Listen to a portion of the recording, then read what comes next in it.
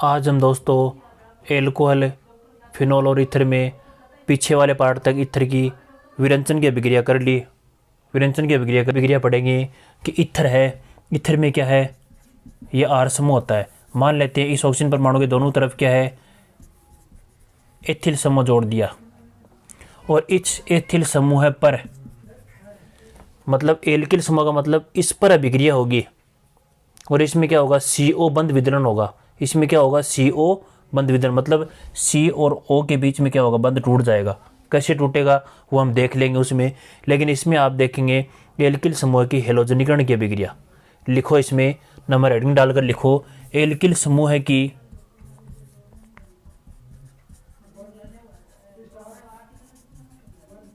Alkyl समूह की हेलोजनीकरण अभिक्रिया। देखो, एल्किल पर हेलोजनीकरण की अभिक्रिया हमने वहां पर भी पढ़ी थी, एक तो अंधेरे में एक सूर्य के प्रकाश में, अंधेरे में और सूर्य के प्रकाश में। तो आप लिखो, जब डाई एथिल ईथर पर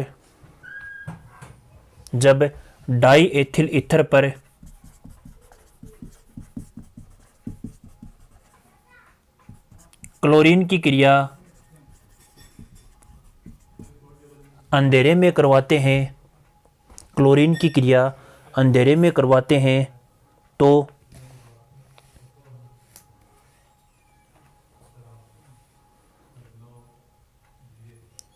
करवाते हैं तो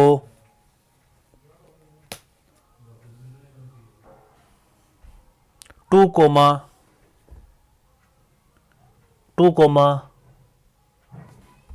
देखो हमेशा ये क्लोरीन कहाँ पर जुड़ जाता है, इस बीटा कार्बन परमाणु पर जुड़ जाता है। देखो नाम बाद में लिख लेंगे, देखो सामने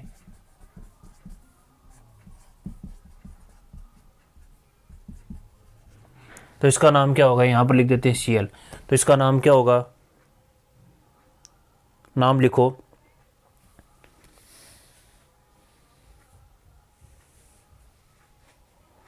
2, ऐसे लिख लो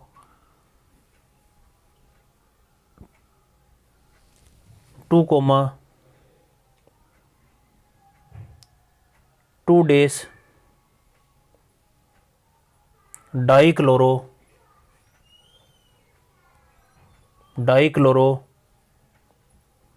डाईएथिल ईथर, ऐसे लिख लो डाइक्लोरो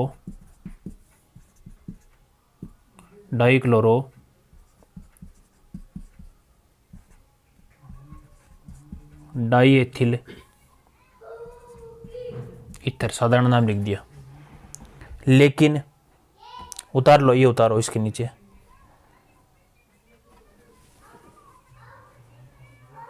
इसके बाद में उतार लिया तो इसके बाद में लिखो, यदि सूर्य के प्रकाश की उपस्थिति में क्रिया करवाते हैं, सूर्य के प्रकाश की उपस्थिति में क्रिया करवाते हैं, यहां पर यदि प्रकाश ले लेते हैं सूर्य का तेज, तो ईथर के प्रत्येक हाइड्रोजन परमाणु बाहर निकल जाते हैं तथा परक्लोरो डाईएथिल ईथर का निर्माण कर लेते हैं। परक्लोरो डाईएथिल ईथर का निर्माण कर लेते हैं। इस पर 3 बाहर निकलते हैं, तो बताओ 3, यहाँ पर 2, यहाँ पर ईथर का ईथर, यहाँ पर 2, यहाँ पर 3 जुड़ जाते हैं। इसे कहते हैं, प्रत्येक पर यदि क्लोरीन है तो इसका नाम क्या हो गया, परक्लोरो डाईएथिल ईथर। 2 है इसलिए इसका नाम क्या हो गया, डाईएथिल ईथर। आपको समझ में आया होगा, एल्किल समूह पर हेलोजनीकरण की क्रिया अंधेरे में और सूर्य के प्रकाश में क्रिया करवाते हैं तो ये कंडीशन होती है। मिनट को क्या उतार लिया गया, आपने उतार लिया तो आगे वाले रिएक्शन देखते हैं, CO बंध विदलन अभिक्रिया। अब लिखो CO बंध विदलन की अभिक्रिया और उसमें हेडिंग डालो आप डाईएथिल ईथर पर डाई एथिल ईथर पर हेलोजन अम्लों की क्रिया, मोस्ट इंपॉर्टेंट अभिक्रिया है हेलोजन अम्लों की क्रिया। अब हेलोजन अम्ल क्या होते हैं? हाइड्रोजन आयोडाइड होता है, HBr होता है और HCl होता है। जैसे हमने 17 नंबर ग्रुप पढ़ा था, फिर कल बाहर आई, ऐसे याद कर लो। तो बताओ सबसे ज़्यादा अम्लीय प्रकृति इसकी होगी, सबसे इसकी होगी। इस प्रकार से जुड़ने की क्रियाशीलता इस प्रकार से होगी। सबसे ज़्यादा जुड़ने की क्रियाशीलता किसकी होगी? HI की होगी। ये तो आपने पढ़ा होगा। अब लिखो, ये उतार लो आप इसके नीचे। अब लिखो इसमें, जब डाई एथिल ईथर पर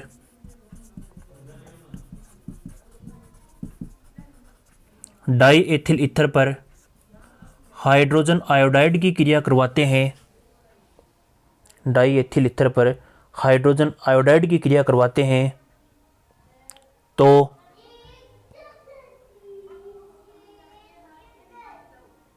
देखो ऐसे होता, तो एक एल्कोहल तथा दूसरा एल्किल हेलाइड प्राप्त होता है। अर्थात एक एल्कोहल, जैसे मैं लिखकर यहाँ पर बता रहा हूँ, इस प्रकार से क्रिया होगी H और I, और इस प्रकार से बंध टूट जाएगा। तो किसका निर्माण हो गया? CH3 CH2 OH और प्लस CH3 CH2 और I है तो I जोड़ दिया, और अक्स होता तो अक्स जोड़ देते। अर्थात एक एल्कोहल तथा एक एल्किल हैलाइड का निर्माण होता है।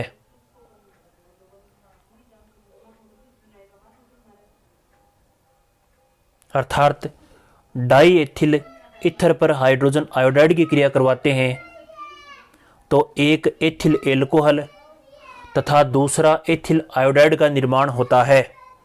दूसरा एथिल आयोडाइड का निर्माण होता है। उसके नीचे आप ये उतार लो, उसके नीचे ये उतारो आप।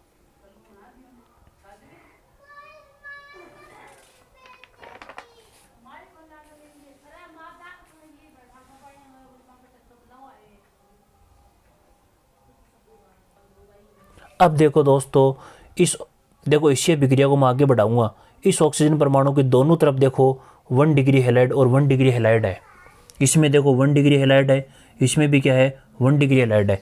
मैं यदि दोनों तरफ, अब आपके दिमाग में बराबर का है तो कोई दिक्कत नहीं, हाइड्रोजन आयोडाइड क्रिया सब कर सकते हैं, लेकिन नीचे नोट लगाकर लिखो, नोट लगाकर लिखो, यदि एक बार बोर्ड की तरफ देखो आप, ये है 1 डिग्री हैलाइड और इस ऑक्सीजन के दूसरी तरफ मैं ले लेता हूं, मान लेते हैं 2 डिग्री हैलाइड। देखो ये क्या है 2 डिग्री और ये क्या है 1 डिग्री। 2 डिग्री का मतलब ऑक्सीजन परमाणु जिस कार्बन से जुड़े होते हैं वह कार्बन 2 अन्य से जुड़ा हुआ है, क्या है 2 डिग्री।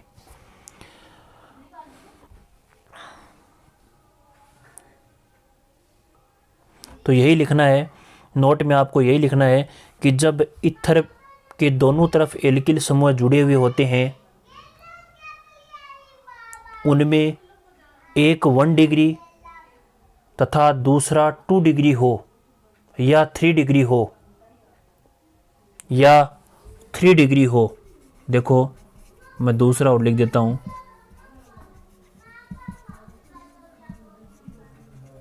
ये क्या है 3 डिग्री और ये क्या है 1 डिग्री हो, तो इनके साथ हाइड्रोजन आयोडाइड की क्रिया, हाइड्रोजन आयोडाइड की क्रिया इस प्रकार से होती है कि 2 डिग्री हैलाइड पर आयोडाइड, 2 डिग्री हैलाइड पर आयोडाइड या 3 डिग्री हैलाइड पर आयोडाइड क्रिया करते हैं तथा 1 डिग्री पर हाइड्रोजन क्रिया करके एल्कोहल का निर्माण करते हैं।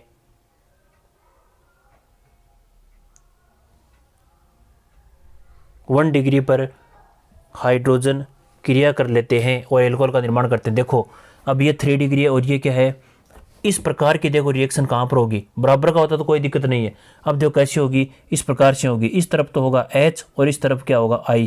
क्यों होगा, क्योंकि 3 डिग्री की तरफ हमेशा आयोडीन जुड़ते हैं, 3 डिग्री की तरफ हमेशा आयोडीन जुड़ते हैं। इस पर देखो, ये बोर्ड की तरफ देखो आप, ये किस प्रकार से छोटे समूह की तरफ H और इस तरफ I जुड़ते हैं।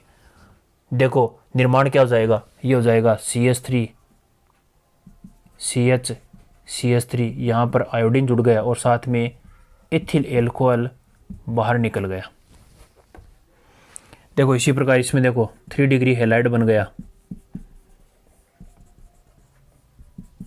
3 डिग्री हैलाइड बन गया और लास्ट में क्या हो गया, 1 डिग्री एल्कोहल का निर्माण हो गया। तो आपकी समझ में आई होगी दोस्तों कि हैलोजन अम्लों की क्रिया की सम्मित एल्कोहल में और असम्मित एल्कोहल में कैसे होती है। अब इसके बाद में लास्ट में देखो कि विलियमसन रासायनिक अभिक्रिया कंप्लीट करने के बाद में ईथर के उपयोग देखते हैं। भाई निर्जलीकरण की अभिक्रिया और हैलोजन अम्लों की क्रिया करवाने के बाद में हम क्या देखते हैं, ईथर के उपयोग। ठीक है, देखो कैसे करते हैं।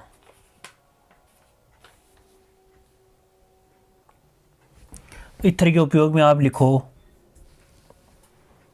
ईथर के उपयोग में लिखो, ईथर एक निश्चेतक पदार्थ का कार्य करता है, बेहोशी का। दूसरा हम कर लेते हैं, दूसरा लिखो, एल्कोहल के निर्माण में, एल्कोहल के निर्माण में। तीसरा लिखो, सुगंधित पदार्थ बनाने में। और नीचे लास्ट में लिखो नोट लगाकर, नोट लगाकर लिखो, ईथर प्लस एल्कोहल को, ईथर प्लस एल्कोहल को हमेशा नेटेलाइड कहा जाता है या नेटेलाइट कहते हैं। याद रखना है, ईथर प्लस एल्कोहल का मिश्रण को नेटेलाइड कहा जाता है।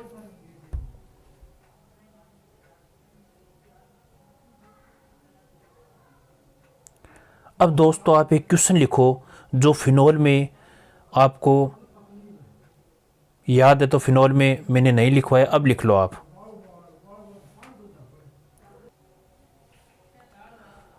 दोस्तों अब आगे एक क्वेश्चन लिखो, फिनोल के अंदर क्वेश्चन है, वहां पर इलेक्ट्रॉन के प्रतिस्थापियों का प्रभाव। उसी में पीछे वाली वीडियो में जाकर देख लेना कि प्रतिस्थापियों का प्रभाव मैंने क्या बताया था। फिनोल की लगभग अम्लीय प्रकृति में दिया हुआ है, उस वीडियो में जाकर देख लेना। अब देखो क्वेश्चन है ऑर्थोनाइट्रोफिनोल। ऑर्थोनाइट्रोफिनोल का सूत्र मैं लिखता हूँ, क्वेश्चन तो आपने उतार लिया होगा। ऑर्थोनाइट्रोफिनोल से पैरानाइट्रोफिनोल अधिक अम्लीय प्रकृति के होते हैं, क्यों? देखो कैसे, होना तो ऑर्थो चाहिए लेकिन नहीं होते, पैरा होता है, क्यों? देखो ये है ऑर्थोनाइट्रोफिनोल, ये नाइट्रो का सूत्र है, और ये है फिनोल OH। यह तो ऑर्थो नाइट्रोफिनोल और ये है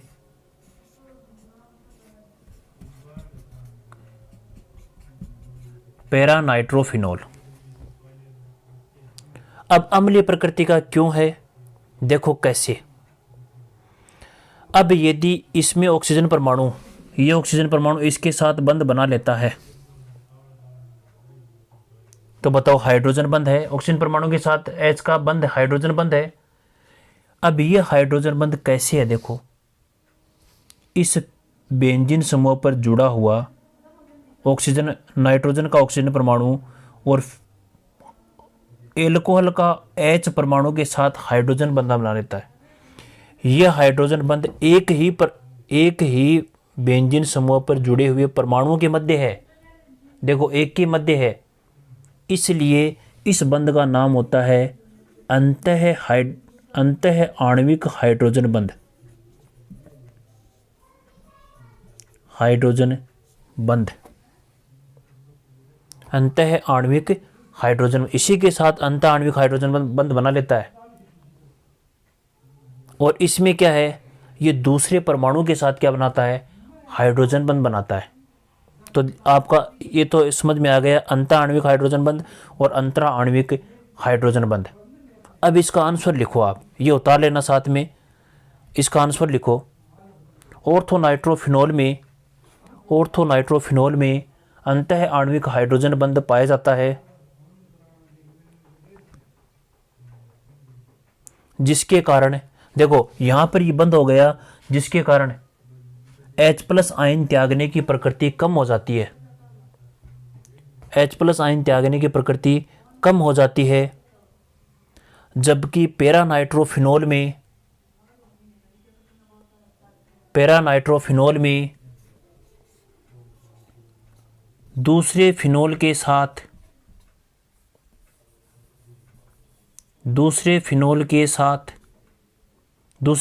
के हाइड्रोजन परमाणु के साथ बंध बना लेता है, तो इसे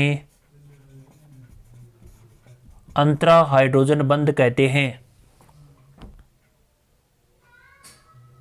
अंतरा हाइड्रोजन बंध कहते हैं, जिसके कारण इसमें H+ आयन त्यागने की प्रवृत्ति पैरानाइट्रोफिनोल में ज़्यादा होती है, इसलिए इसकी प्रकृति अम्लीय होती है। भाई एक ही समूह पर जुड़े हुए परमाणु के मध्य यदि हाइड्रोजन बंध अंतराणविक हाइड्रोजन बंध है, वो क्या है? प्रबल है। वो क्या है? प्रबल। और ये दूसरे के साथ में है, इसलिए ये H+ आयन त्यागने की प्रवृत्ति क्या हो जाएगी? ज़्यादा, क्योंकि ये फ्री है। इतना ही आपको याद रखना है, क्योंकि ये निकट है इसलिए तुरंत में हाइड्रोजन बंध बना लेते हैं। ये पैरा स्थिति पर है तो इसके बीच में दूरी बढ़ गई, इसलिए दूसरे के साथ क्या बना लेते हैं? बंध बना लेते हैं। तो आपको इतना ही करना है, ऑर्थोनाइट्रोफिनोल की अम्लीय प्रकृति कम और दूसरे की ज़्यादा। तो ऐसी यदि पूछ ले दो के बीच में अंतर, एक का कम और एक का ज़्यादा, तो हमेशा याद रखना है जिसकी अम्लीय प्रकृति होगी उसका आपको आंसर यही होगा कि उसकी H+ आयन त्यागने की प्रवृत्ति क्या होती है? ज़्यादा। क्या होती है? ज़्यादा। तो दोस्तों आपने उतार लिया होगा। इसी के साथ ये चैप्टर एल्कोहल, फिनोल और ईथर फिनिश कंप्लीट होता है। अब इसके बाद में हम आगे वाले वीडियो में हम क्वेश्चन आंसर कर लेंगे, और मोस्ट इम्पॉर्टेंट क्वेश्चन एक ही वीडियो में पूरे के पूरे में डाल दूंगा। और इसके बाद में नया चैप्टर स्टार्ट करेंगे, एल्डिहाइड कीटोन और कार्बोक्सिलिक अम्ल। तो दोस्तों आपको समझ में आया होगा ये चैप्टर, और समझ में आया है तो आप लाइक, शेयर और सब्सक्राइब ज़रूर करना, ताकि आपको पता है कि वीडियो बनाने में बहुत मेहनत लगती है। तो ये पार्ट चैप्टर पूरा होता है। तो थैंक्स, धन्यवाद।